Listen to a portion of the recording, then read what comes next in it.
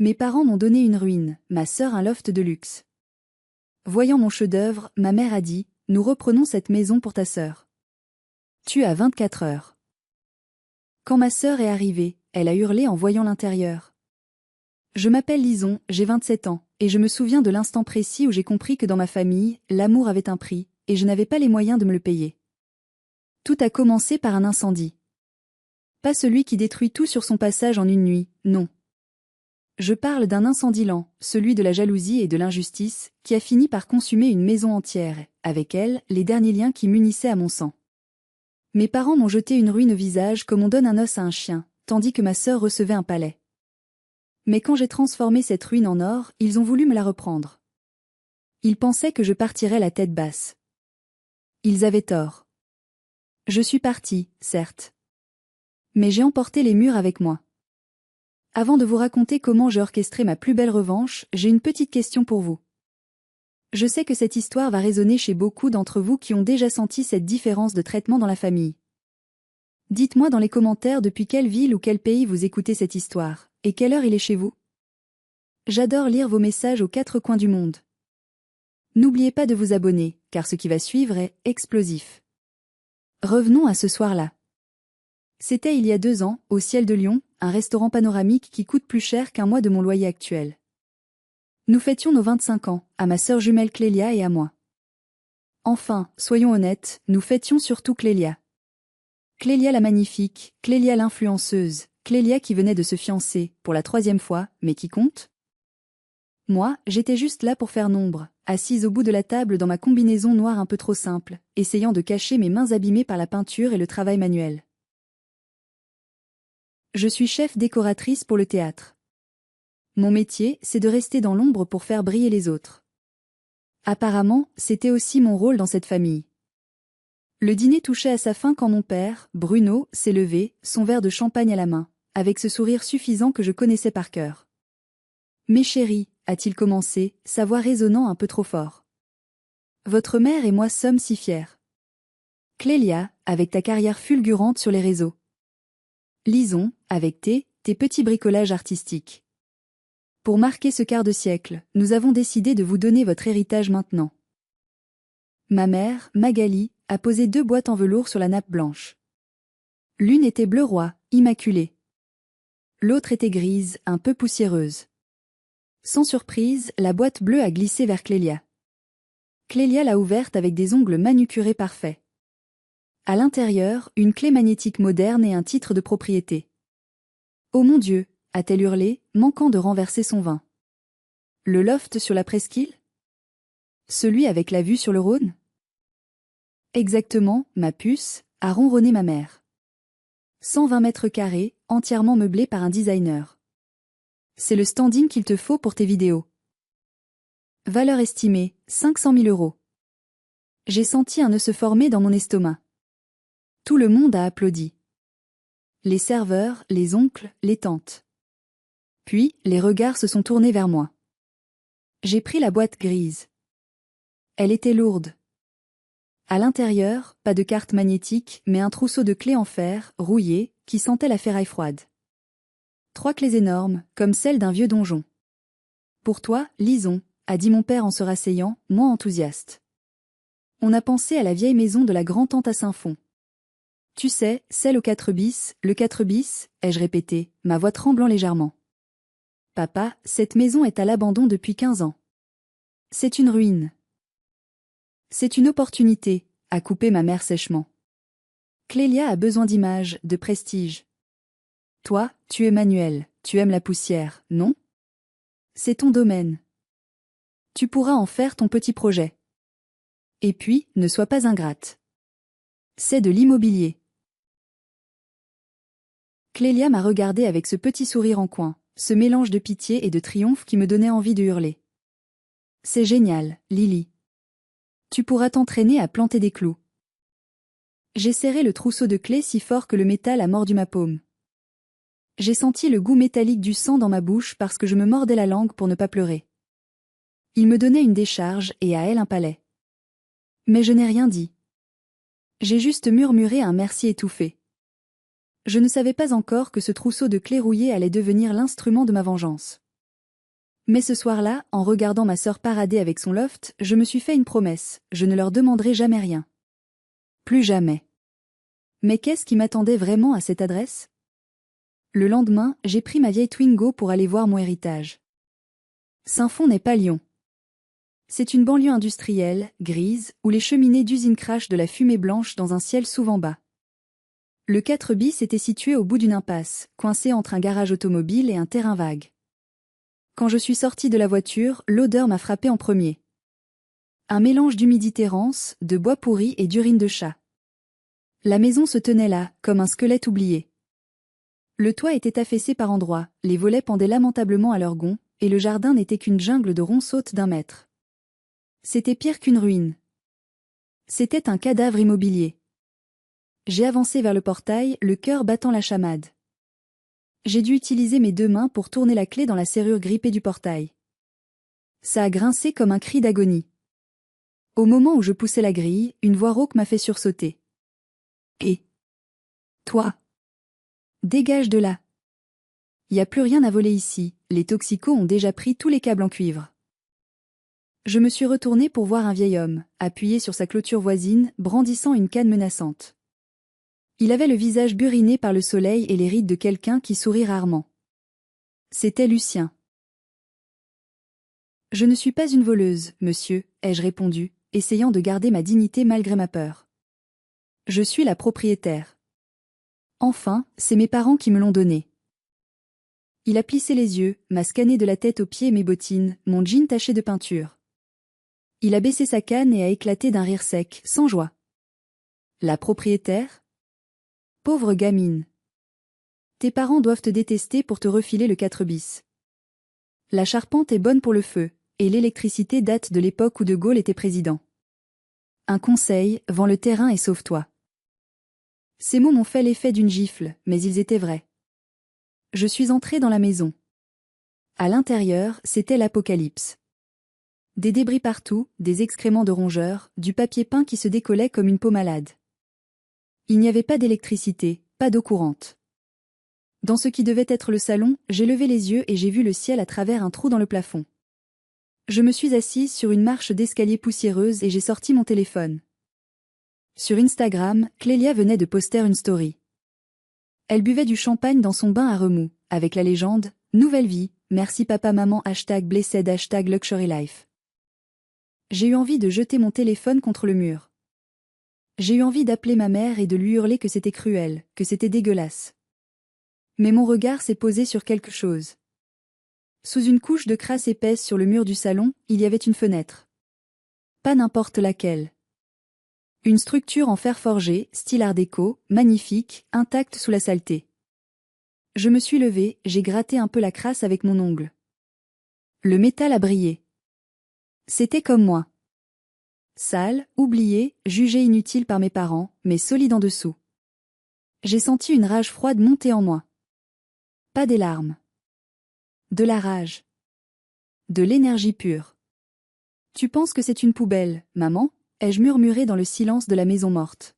« Tu penses que je ne vaux pas mieux que ça? Très bien. Je vais te montrer. Je ne vais pas juste la réparer. Je vais en faire la plus belle maison de cette putain de ville. » Je suis ressortie. Lucien était toujours là, à tailler ses rosiers. « Vous êtes électricien, c'est ça? J'ai vu les bobines dans votre garage, lui ai-je lancé. Il a levé un sourcil. J'étais à la retraite depuis 10 ans. Pourquoi? Parce que j'ai besoin d'un maître. Je n'ai pas d'argent pour vous payer, mais je fais d'excellentes tartes aux pommes et je n'ai peur de rien. Apprenez-moi à remettre le courant et je m'occupe du reste. Il m'a regardé longuement, puis un petit sourire a fissuré son visage de pierre. T'as du cran, la gamine. Ok. Mais si tu chouines à la première araignée, je rentre chez moi. C'est ainsi que le cauchemar a commencé. Ou le rêve. Ça dépend de quel côté du mur on se trouve. Mais je ne savais pas encore que le plus grand danger ne venait pas de la maison elle-même, mais d'un simple papier que je n'avais pas signé. Si vous n'avez jamais rénové une maison seule, vous ne pouvez pas comprendre ce que fatigue veut dire. Pendant 18 mois, je n'ai pas eu de vie. Je finissais mon travail au théâtre à 18h, je fonçais à Saint-Fond, et je travaillais jusqu'à 2h du matin à la lumière d'un projecteur de chantier. Les 3 premiers mois, je n'ai fait que sortir des ordures. J'ai rempli 5 bennes. Mes amis ne me voyaient plus. Ma famille? Ils ne m'ont jamais rendu visite. Pas une seule fois. Quand j'appelais ma mère, elle me coupait au bout de 2 minutes. Oui, Lison, c'est bien, mais écoute, Clélia a un souci avec son traiteur pour sa crémaillère, c'est une catastrophe. J'étais seule. Enfin, pas tout à fait. J'avais Lucien. Ce vieux grincheux est devenu le grand-père que je n'avais jamais eu. Il m'a appris à lire un schéma électrique, à tirer des câbles, à distinguer la phase du neutre. Attention, petite, me disait-il en pointant le vieux tableau électrique en porcelaine qui datait de Mathusalem. Ça, c'est de la merde. On arrache tout. On met du neuf. On met la terre partout. La sécurité, on ne joue pas avec. J'ai tout refait. J'ai passé des semaines à genoux à poncer le vieux parquet en chêne qui était caché sous 3 couches de lino dégueulasse. Quand le bois a révélé sa couleur miel doré, j'ai pleuré de joie. J'ai abattu des cloisons pour créer un espace ouvert, style loft industriel. J'ai récupéré des briques, des poutres métalliques dans les décors de théâtre destinés à la casse. J'ai transformé des tuyaux de plomberie en étagères design. Au 12e mois, mon amie Zélie est passée me voir.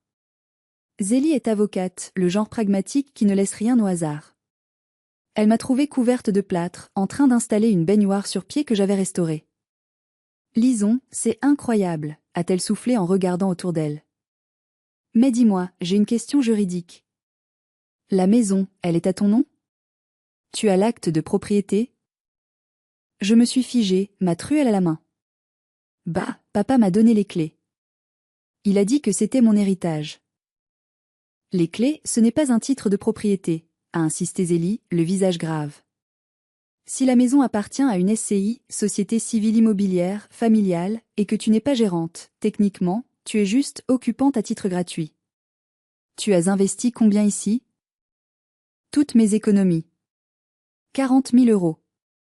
Plus la main-d'œuvre. Fais-leur signer un papier, lisons. Tout de suite. J'ai eu un frisson froid. Le soir même, j'ai appelé mon père. J'ai essayé d'être décontractée. Papa, pour les assurances et tout ça, on devrait peut-être officialiser le transfert de propriété, non? Il a ri, un rire bonhomme qui m'a glacé le sang. Oh là là, Lison, toujours à t'inquiéter pour rien. C'est la famille. La SCI, c'est compliqué, ça coûte cher en notaire de changer les statuts. T'inquiète pas, tu es chez toi. On te fait confiance, fais-nous confiance. Tu ne vas pas commencer à devenir procédurière comme des étrangers, hein? J'ai cédé. J'ai voulu croire qu'il m'aimait assez pour ne pas m'arnaquer. Quel imbécile j'étais. Au bout de 18 mois, la maison était finie. Ce n'était plus le 4 bis en ruine. C'était un bijou. Une cuisine noire mat et bois brut, une verrière d'atelier séparant la chambre, une salle de bain digne d'un hôtel 5 étoiles, et surtout, une âme. Chaque centimètre carré avait été soigné par mes mains. J'avais transformé la boue en or. Arrêtons-nous une seconde. Soyez honnête avec moi. Si vous étiez à ma place, après avoir investi tout votre argent et votre sueur, auriez-vous insisté pour les papiers, quitte à créer un conflit, ou auriez-vous fait confiance à vos parents comme je l'ai fait? Dites-moi confiance ou papier dans les commentaires. Je sens que je vais voir beaucoup de papiers, et vous avez raison. Car ce qui est arrivé ensuite prouve que dans certaines familles, le sang ne sert qu'à attirer les requins. J'ai décidé d'organiser une crémaillère. Je voulais voir leur visage. Je voulais qu'ils voient que la ratée de la famille avait créé quelque chose de plus beau que tout ce qu'ils pouvaient acheter. J'ai invité mes parents et Clélia. Je ne savais pas que j'invitais le loup dans la bergerie. Le soir de la crémaillère, j'avais tout préparé. Des bougies partout, une playlist jazz douce, et l'odeur du bœuf bourguignon qui mijotait depuis des heures. J'avais invité Zélie, Lucien, et bien sûr, ma famille. Quand la voiture de mes parents s'est garée devant le portail, que j'avais repeint et motorisé, j'ai vu ma mère hésiter à descendre. Elle regardait le quartier avec dédain, serrant son sac Chanel contre elle comme si on allait l'agresser. Clélia est sortie en talons aiguilles, pestant contre les graviers. J'ai ouvert la porte d'entrée. Une immense porte en chêne massif que j'avais chinée et restaurée. Bienvenue chez moi, ai-je dit, le cœur battant. Ils sont entrés. Et le silence s'est fait. Ce n'était pas un silence poli. C'était le silence du choc. Ma mère a laissé tomber sa mâchoire. Elle a regardé le sol en parquet Versailles, les murs en briques apparentes que j'avais sablés un par un, les suspensions lumineuses en laiton. C'est ici, a balbutié mon père, regardant autour de lui comme s'il s'était trompé d'adresse. Clélia, elle, n'a rien dit au début. Elle a avancé dans le salon, ses yeux scannant chaque détail. Elle a touché le plan de travail de la cuisine, un morceau de marbre noir que j'avais récupéré d'un vieux comptoir de bar. C'est dingue, a-t-elle fini par dire. Mais il n'y avait pas de chaleur dans sa voix. Juste du calcul. Elle a sorti son téléphone. La lumière est incroyable ici. Attends, je dois faire une story. Elle a commencé à se filmer, tournant sur elle-même. Regardez-moi cet endroit les amours. Un petit bijou caché. Le goût de la famille, vous savez ce que c'est. Elle n'a pas dit la maison de ma sœur. Elle a dit le goût de la famille. Comme si elle y avait participé. Pendant le dîner, l'ambiance était étrange. Ma mère ne cessait de poser des questions sur la valeur des matériaux. Et ça coûte combien au mètre carré? Et le quartier, ça monte? Ça prend de la valeur, a admis mon père, son œil d'agent immobilier s'allumant. Avec le projet de tramway qui arrive l'année prochaine, cette maison. Lison, tu es assise sur une petite mine d'or. Tu as de la chance, a coupé Clélia en piquant dans son assiette. Moi, avec le loft, j'ai tellement de charges de copropriété, c'est l'enfer. Ici, c'est calme. C'est authentique. Ça irait tellement bien avec mon nouveau rebranding Slow Life. J'ai senti un frisson me parcourir l'échine.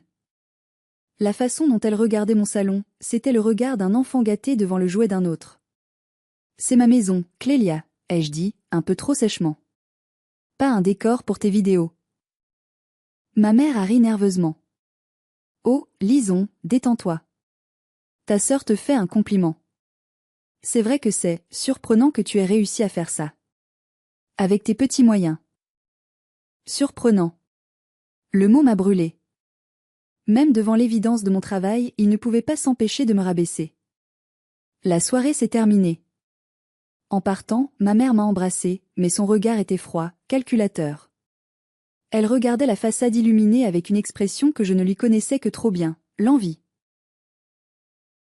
3 mois plus tard, le couperet est tombé. Clélia a tout perdu. Une histoire d'investissement foireux dans des crypto-monnaies, combinée à une rupture de contrat avec ses sponsors parce qu'elle avait été prise en train de porter de la fausse fourrure alors qu'elle prônait le véganisme. Bref, la catastrophe. La banque a saisi le loft.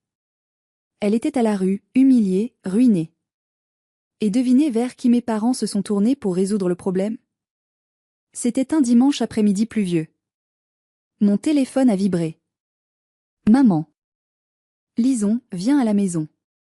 Tout de suite. On doit parler. C'est une urgence familiale. J'ai eu un mauvais pressentiment. J'ai pensé que quelqu'un était malade. Je suis arrivée chez eux en 20 minutes. Dans le salon bourgeois de mes parents, l'ambiance était funèbre. Clélia était affalée sur le canapé, les yeux rouges, un mouchoir à la main. Ma mère faisait les 100 pas. Mon père regardait ses chaussures. Qu'est-ce qui se passe? Ai-je demandé. Ta sœur est victime d'une injustice terrible, a commencé ma mère, la voix tremblante d'indignation sélective. La banque, ces vautours, ils ont pris le loft. Ils lui donnent une semaine pour partir. J'ai regardé Clélia. Je suis désolée pour toi. Tu peux venir dormir chez moi quelques jours si tu veux, le canapé?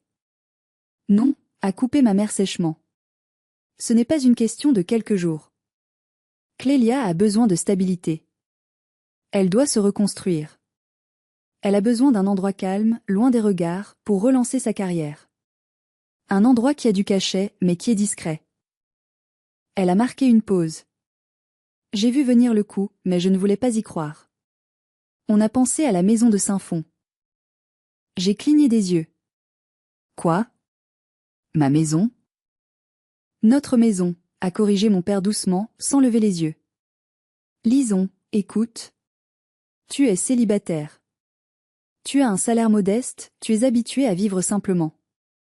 Clélia, elle a des standards. Elle ne peut pas aller dans un HLM. Ça tuerait son image.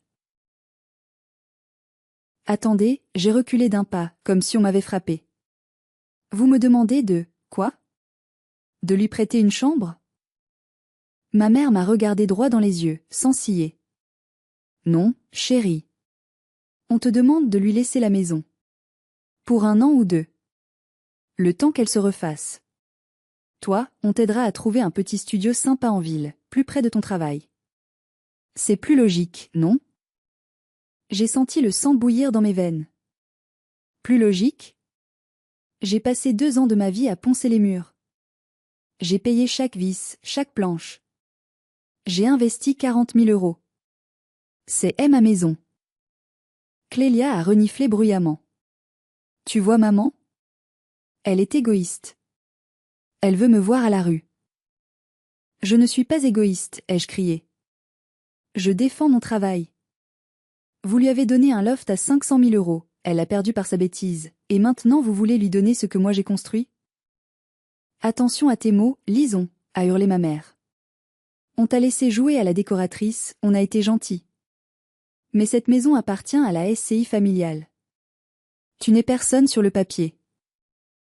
La vérité était sortie. Brutale. Nue. Je n'étais qu'une squatteuse qu'on tolérait tant que ça ne dérangeait pas la princesse. Je ne partirai pas, ai-je dit, la voix froide. Il faudra me sortir de force. Mon père s'est enfin levé. Il a pris un dossier sur la table.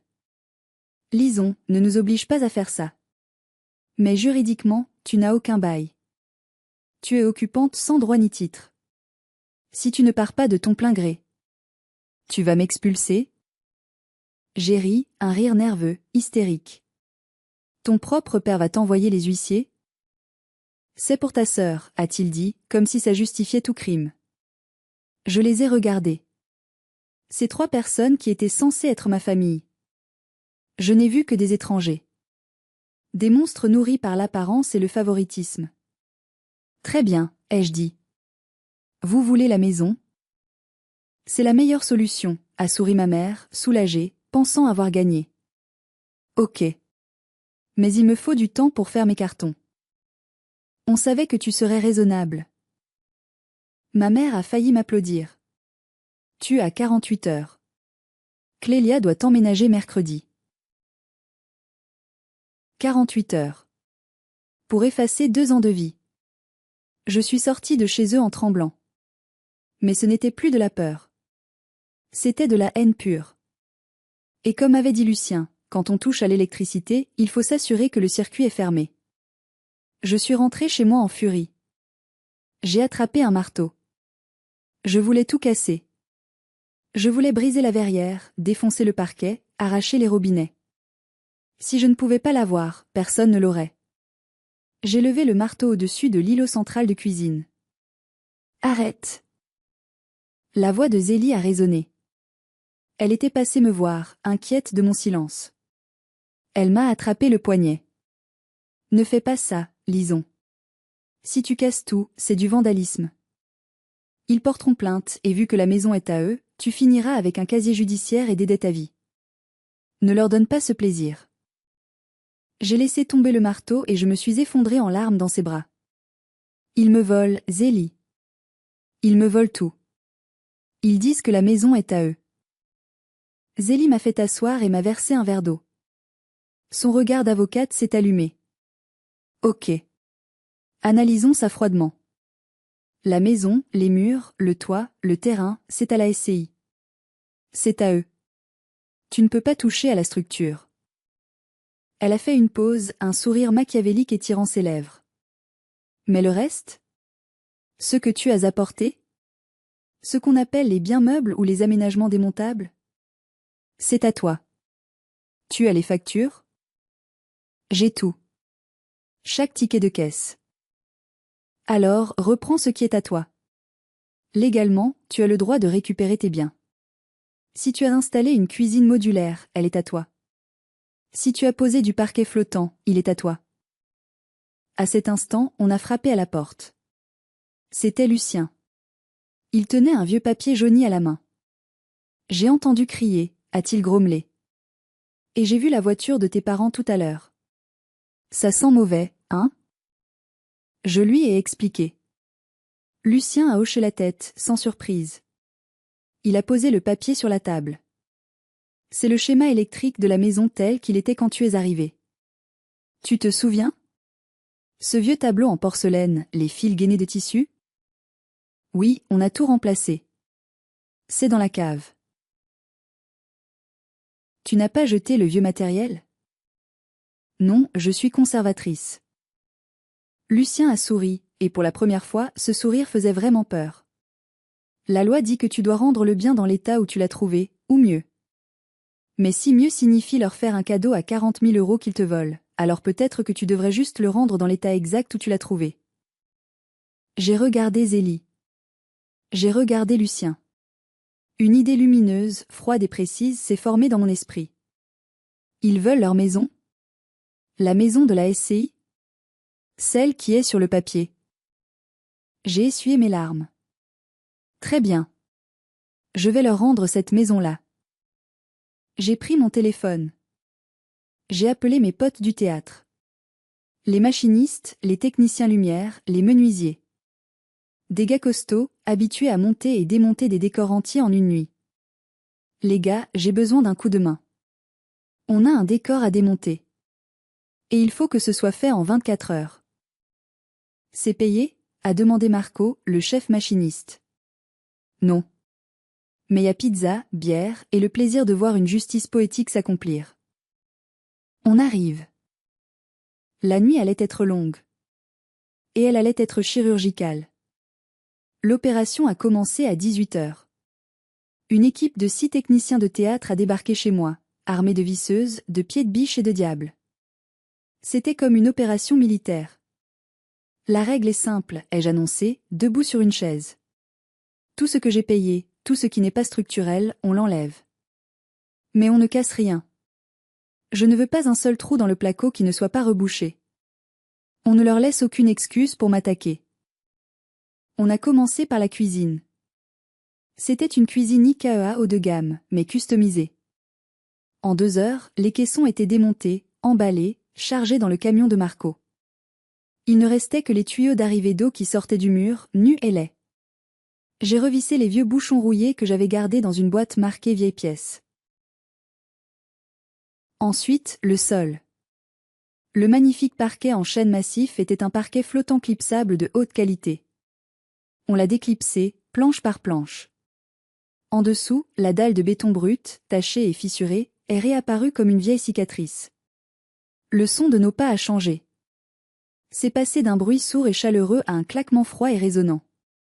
Puis, la salle de bain. La baignoire sur pied? Parti. Le meuble Vascantec? Parti. J'ai réinstallé le vieux lavabo sur colonne ébréchée qui traînait au fond du garage. Mais le plus important, c'était l'électricité. C'était le domaine de Lucien et moi. On coupe le général, a crié Lucien. On a démonté le tableau électrique moderne avec ses disjoncteurs différentiels 30 mA, ses protections contre les surtensions, tout ce qui rend une maison sûre en 2024. À la place, on a remonté le vieux support en bois avec les portes fusibles en porcelaine. J'ai reconnecté les vieux fils. C'est légal, ça? A demandé Marco, un peu inquiet en voyant l'installation archaïque. Zélie, qui supervisait les opérations avec un bloc-notes, a hoché la tête. Lison remet le bien en état initial. Tant que ça fonctionne et que ce n'est pas un piège actif, comme une bombe, c'est légal. C'est la propriété des parents. C'est leur installation d'origine. S'ils voulaient une installation neuve, ils auraient dû payer pour. Vers 4 heures du matin, la maison était méconnaissable. Ou plutôt, elle était parfaitement reconnaissable. C'était exactement la ruine que j'avais visitée 2 ans plus tôt. Plus de verrières, plus de lumière douce. Juste des ampoules nues pendant au bout de fils tristes. Plus de chaleur. L'écho était revenu. J'ai regardé autour de moi. C'était effrayant de voir à quel point tout ce qui faisait de cet endroit un foyer était moi. Sans moi, ce n'était qu'une coquille vide et hostile. J'ai chargé le dernier carton dans ma Twingo. Mes amis étaient épuisés mais hilars. Tu crois qu'elle va remarquer? A plaisanté Marco. Oh oui, ai-je souri. Elle va remarquer. Avant de partir, j'ai fait une dernière chose. J'ai sorti mon ordinateur et j'ai rédigé un email formel à mes parents et à Clélia, avec Zélie en copie cachée. Chers parents, Clélia, conformément à votre demande, j'ai libéré les lieux.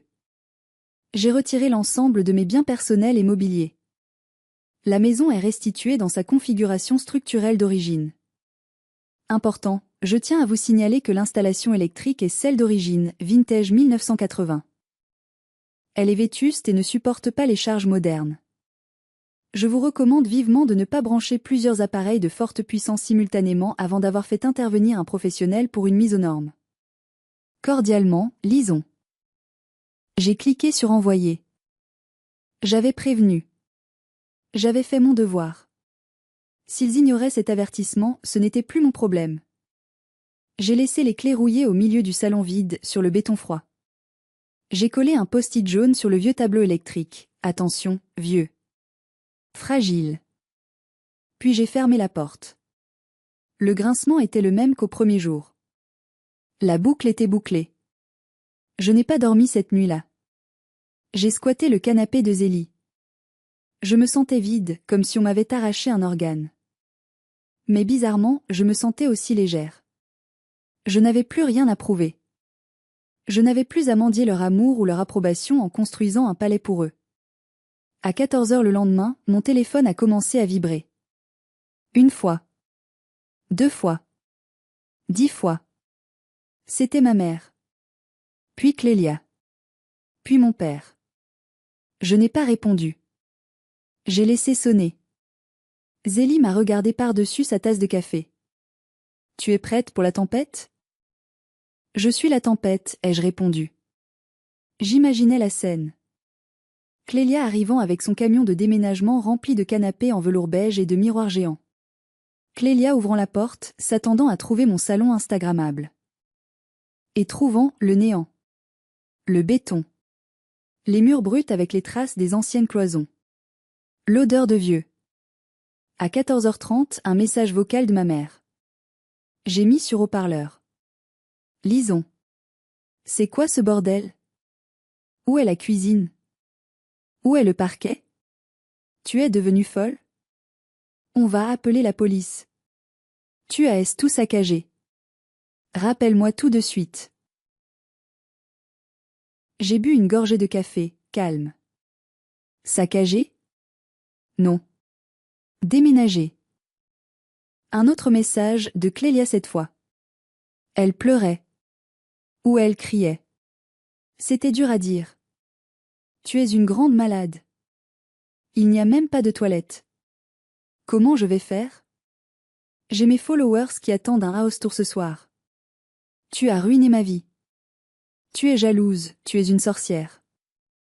J'ai souri. Jalouse? Moi? Alors qu'elle venait de tenter de me voler 2 ans de travail? L'ironie était délicieuse. J'ai finalement envoyé un SMS, court et précis, relisez mon mail.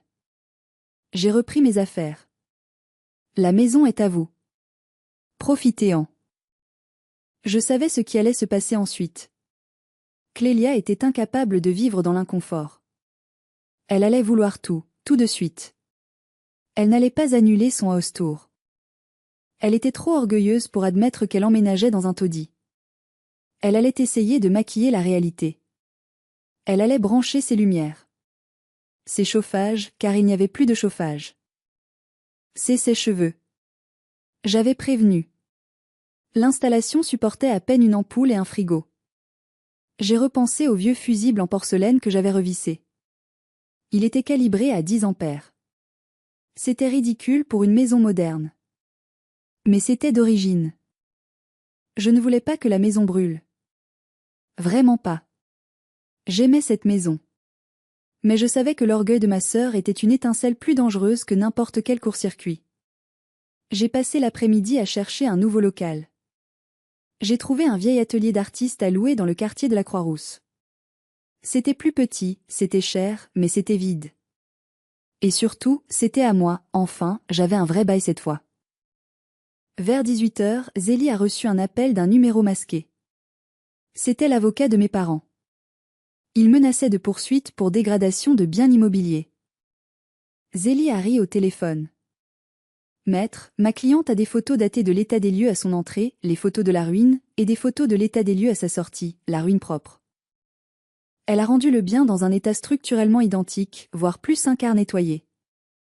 Tous les éléments retirés étaient des aménagements amovibles dont elle possède les factures. Si vous voulez aller au tribunal pour réclamer une cuisine qu'elle a payée, on vous attend. L'avocat a raccroché. Il savait qu'il n'avait rien. Mais Clélia ne s'est pas arrêtée là. J'ai appris plus tard, par Lucien qui observait tout derrière ses rideaux, ce qu'elle a fait. Elle a fait venir un électricien trouvé sur une petite annonce. Un gars pas cher, qui travaille au noir le dimanche. Lucien l'a vu arriver avec sa caisse à outils. Il a vu Clélia gesticuler, montrer les prises qui ne marchaient pas. Le gars a hoché la tête, a bidouillé le tableau électrique. Lucien m'a dit plus tard, j'ai vu le type remplacer le fusible en porcelaine par un bout de fil de cuivre direct. Il a chanté la sécurité pour que ça tienne la charge. J'ai voulu aller prévenir, mais ta mère m'a hurlé dessus en me disant de me mêler de mes affaires de vieux sénile. Ils ont chanté la sécurité. Pour que Clélia puisse allumer ses projecteurs. Ils ont signé leur arrêt de mort. Pas physique, heureusement. Mais matériel. Le soir tombait. J'imaginais Clélia, tendant des draps blancs sur les murs décrépits pour cacher la misère, installant ses ring lights, se préparant à mentir à ses 500 000 abonnés. Coucou les chéris, bienvenue dans mon nouveau cocon secret. Le mensonge a un coût. Et l'échéance arrivait. Il était 20h. J'étais chez Zélie, on mangeait des pizzas. J'ai ouvert Instagram. Le live de Clélia allait commencer. L'écran s'est allumé. On voyait le visage de Clélia, très maquillée, avec un filtre lissant. Derrière elle, on devinait un coin du salon. Elle avait réussi à créer un petit décor, un fauteuil en velours, une plante verte et beaucoup de lumière braquée sur elle pour qu'on ne voit pas le reste de la pièce plongée dans l'ombre. Salut tout le monde, sa voix était suraiguë, fausse. Désolé pour le retard, on a eu des petits soucis techniques, Vous savez, les vieilles maisons de charme, c'est capricieux. Les commentaires défilaient. Waouh, c'est ou montre-nous le reste. Pourquoi c'est si sombre derrière? Alors, je ne peux pas tout montrer ce soir car c'est encore en travaux de déco, a menti Clélia. Mais regardez cette ambiance cosy. Elle a allumé un chauffage d'appoint électrique, un vieux grille-pain énergivore, car il faisait froid dans la maison sans isolation. Sur l'écran, j'ai vu l'image scintiller légèrement. La lumière baisse, a commenté un internaute. Non, non, c'est l'ambiance, a ri Clélia, un peu nerveuse. Soudain, j'ai entendu un bruit sec dans la vidéo. Clac. Comme un coup de fouet. Clélia a sursauté. C'était quoi ça? Derrière elle, au niveau de la plainte, j'ai vu une petite fumée noire s'élever. Là où elle avait branché la multiprise surchargée. Le shunt de l'électricien avait tenu, ce qui voulait dire que le fusible n'avait pas sauté. Donc, c'est le fil dans le mur, le vieux fil isolé avec du tissu et du caoutchouc séché, qui était en train de fondre et de mettre le feu à la cloison sèche. Ça sent le brûler, non? A demandé Clélia en reniflant. Soudain, une flamme a jailli derrière le rideau qu'elle avait accroché pour cacher le mur moche. Le tissu synthétique a pris feu instantanément. Arg! Au feu! Le téléphone est tombé. L'image est devenue floue, cadrée sur le plafond. On entendait Clélia hurler, courir. On entendait le crépitement sinistre du feu qui se propageait à une vitesse folle dans cette maison pleine de bois secs et de poussière. Le live s'est coupé. J'ai regardé Zélie. Elle était livide. Elle a mis le feu. Elle a surchargé la ligne, ai-je corrigé, ma voix blanche. Et comme ils ont enlevé mes protections. On a sauté dans la voiture. On a foncé vers Saint-Fond. Quand nous sommes arrivés, les pompiers étaient déjà là. Le ciel était orange. Les gyrophares bleus dansaient sur les façades des voisins. La maison, ma maison, n'était qu'une torche géante. Les flammes sortaient par le toit effondré. C'était fini. Il n'y avait rien à sauver. J'ai vu mes parents près du camion de pompiers. Ma mère était en état de choc, enveloppée dans une couverture de survie. Mon père parlait aux policiers, agité. Clélia était assise sur le marchepied de l'ambulance, le visage noir de suie, pleurant toutes les larmes de son corps. Elle n'avait rien, juste ses vêtements sur le dos. Ses sacs Vuitton, ses chaussures, son matériel, tout était dedans. Je me suis approchée. Mon père m'a vue. Il a foncé sur moi, les yeux exorbités par la rage. « C'est toi. C'est ta faute, a-t-il hurlé en essayant de m'attraper. Un policier l'a retenu. Monsieur, calmez-vous. Elle a piégé la maison. Elle a voulu nous tuer. C'est une criminelle. J'ai regardé mon père, droit dans les yeux. Je n'ai pas reculé. Je vous ai envoyé un mail, papa. Je vous ai dit, ne branchez rien de puissant. Je vous ai laissé un post-it, attention danger. Vous avez fait quoi? Vous avez écouté? Clélia a levé la tête, haineuse. Tu savais. Tu savais que ça brûlerait. Je savais que c'était vieux, ai-je répondu calmement. C'est pour ça que j'avais passé 6 mois à refaire l'électricité à neuf. Mais vous m'avez dit que c'était votre maison, votre installation d'origine. Je vous ai rendu votre installation. Si vous avez branché un studio télé sur une prise de 1980, c'est votre bêtise qui a mis le feu, pas moi. Le capitaine des pompiers s'est approché, un carnet à la main. Qui est le propriétaire? C'est eux, j'ai pointé mes parents. On a trouvé des traces de bidouillage sur le compteur principal, a dit le pompier sévèrement. Un fil de cuivre à la place du fusible. C'est criminel, ça. Qui a fait ça? Tous les regards se sont tournés vers Clélia. Elle a blanchi sous la suie. C'est le type, je voulais juste avoir de la lumière. A-t-elle balbutié? C'était fini. L'assurance n'allait jamais payer pour un incendie causé par une installation illégale et bricolée par un amateur non déclaré, surtout après un avertissement écrit. J'ai regardé la maison brûler. C'était triste, oui. Mais c'était aussi une purification. Le feu détruisait la cupidité de mes parents, la vanité de ma sœur, et mes dernières illusions sur cette famille. Les mois qui ont suivi ont été un enfer pour eux, et une renaissance pour moi. L'enquête a été rapide. Grâce à l'email que j'avais envoyé et au témoignage de Lucien, qui avait vu l'électricien marron, j'ai été totalement mise hors de cause. J'avais rendu la maison, j'avais averti des risques. Je n'étais pas responsable de l'usage qu'ils en avaient fait après mon départ. L'assurance a refusé d'indemniser mes parents. Clause d'exclusion, modification sauvage des systèmes de sécurité et négligence grave. Ils ont tout perdu. La maison ne valait plus rien, juste un terrain pollué à nettoyer, ce qui coûte une fortune. De plus, le feu avait endommagé la clôture de Lucien et la toiture du garage voisin. Mes parents ont dû payer de leur poche. Ils ont dû vendre leur propre résidence secondaire pour couvrir les dettes. Clélia, elle a perdu sa crédibilité. La vidéo de l'incendie a fait le buzz, mais pas comme elle le voulait.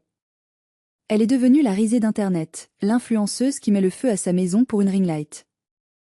Les marques l'ont lâchée. Elle a dû retourner vivre chez mes parents, dans une petite chambre d'amis, loin du luxe qu'elle exigeait. Quant à moi, je suis assise dans mon nouvel atelier à la Croix-Rousse. C'est un grand espace blanc, lumineux. J'ai racheté mes outils. Je travaille sur les décors d'une nouvelle pièce de théâtre qui s'appelle Le Phénix. C'est ironique, non? Je n'ai plus de contact avec eux. Ils m'ont traité de monstre, de fille ingrate. Ils disent que j'aurais dû leur laisser mes travaux, que c'était mon devoir de famille. Peut-être. Peut-être que j'ai été dure. Mais quand je regarde mes mains, je ne vois plus les mains d'une victime. Je vois des mains qui savent construire, et qui savent aussi quand il faut tout démonter pour sauver sa peau.